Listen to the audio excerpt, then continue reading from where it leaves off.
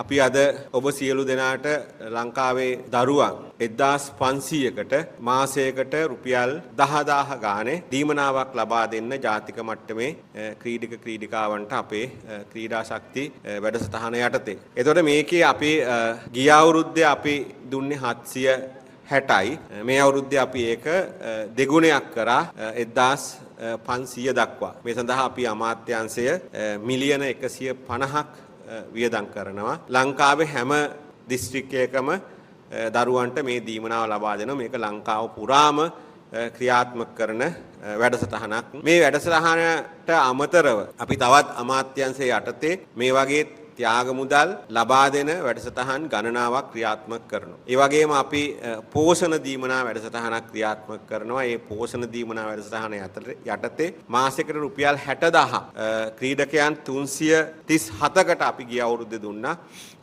මේ අවුරුද්දේ අපි තා බලාපොරොත්තු වෙනවා ඒක වැඩි කරන්න. ඒ වගේම අපි ප්‍රෝග්‍රෑම් එකක් හැදුවා මිෂන් ඔලිම්පික් 2028 කියලා. ජාතික සංචිතයක් ගොඩනැගුවා. ඒ ජාතික සංචිතයේ මෙවර 160 ගාණක් ඉන්නවා මට මතක හැටියට. ඒකේ අපි කණ්ඩායම් 4කට ගෙවීම් කරනවා. ඒ පළවෙනි කාණ්ඩේ tier 1 players-ලට අපි මාසෙකට 210000ක් අපි යාලට ගෙවනවා පෝෂණ දීමනාවත් එක්ක.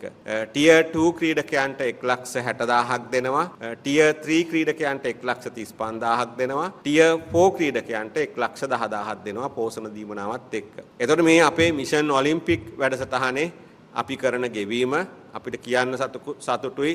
මේ අවුරුද්දේ අපි ජාත්‍යන්තර ජයග්‍රහණය කරන සියලුම දරුවෝ අපේ මිෂන් ඔලිම්පික් වැඩසටහනේ ක්‍රීඩිකාවන්. ඉතින් ඒක නිසා අපි මේ බලාපොරොත්තු වෙන්නේ මේ රජයේ මෙහෙම දීමනා දෙන්න. මේ වගේ ගෙවන්න අපේ රටේ මහ ජනතාවගේ බදු මුදල් මේ. ඒතර අපි මේව බොහොම අරපිරිමැස්මෙන් තමයි මේ මුදල් අපි පරිහරණය කරන්නේ. විශේෂයෙන්ම දූල පුතාලා දන්නව ඇති අපේ ආණ්ඩුව වංචාව දූෂණය හොරකම පිටු දැකපු ආණ්ඩුවක්. එහෙම පිටු දැකලා අපි සල්ලි ඉතුරු කළා. ඒ සල්ලි තමයි අපි ජනතාවට ක්‍රීඩාවට නම් ක්‍රීඩකයන්ට සෞඛ්‍යයට අධ්‍යාපනයට අපි වියදම් කරන්නේ. නැත්නම් කට්ටියට හිතෙන්න පුළුවන් මෙච්චර සල්ලි දැන් එකපාරට කොහොමද මේ අමාත්‍යාංශයට ආවේ? එකපාරට අමාත්‍යාංශයට සල්ලි ඇවිල්ලා නෙමෙයි. අපි අපේ රටේ එක පැත්තක් වැහුවාට පස්සේ නාස්තිය දූෂණය අපි අවම කරාට පස්සේ අපි මුදල් ඉතුරු කරනවා. එතකොට අපිට ඒවා ඒ අදාළ අංශවල වියදම් කරන්න පුළුවන්. ඕක තමයි සරල කතාව. දැන් අපේ අමාත්‍යාංශයේ ඕන කෙනෙක්ගෙන් අහලා බැලුවොත් අපි කොච්චර වියදම් කරනවද කියලා අමාත්‍ය කාර්ය මණ්ඩලය ඇමතිතුමා සංඛ්‍යා ලේඛන එක්කම ගන්න පුළුවන්. කලින් ආණ්ඩුව වලට වඩා මම හිතන්නේ සමහර ඒවා 100 ගුණයකට වඩා අඩුයිනේ. සමහර වියදම් අපි කරන්නෙම නැහැ. එහෙම කළා තමයි අපි අමාත්‍යාංශයේ මුදල් ඉතුරු කළා ඔයාලට දෙන්නේ. ඒතකොට ඔයාලගේ වගකීම තමයි මේ ලැබෙන මුදල් අපි ක්‍රීඩකයන්ට නම් දෙන්නේ. ක්‍රීඩකයන්ගේ වගකීම තමයි තමන් ඒ ක්‍රීඩාවට උනන්දු වෙලා මැදිහත් වෙලා මේක තවදුරටත් දියුණු කරගන්න උත්සාහ ගන්න. මේක ලොකු ගෙවීමක් නෙමෙයි. හැබැයි ඔබට ක්‍රීඩාවේ ඉදිරියට යනවා නම් ඒ ජයග්‍රහණ අත්පත් කරගන්නවා නම් අපි ඔබට ඒ හා සමානව ගෙවීම් කරන්න අපි ආණ්ඩුව සූදානම්. ඔබ දකින්න ඇති පහුගිය දවසේ අපි ලහිරු කියන රත්නපුරේ ශිෂ්‍යයාට යෝන් ක්‍රීඩා උළෙලේ රන් පදක්කමක් ගත්තා. අපි යාට ලක්ෂ 50ක් කෝටි භාගයක් දුන්නා.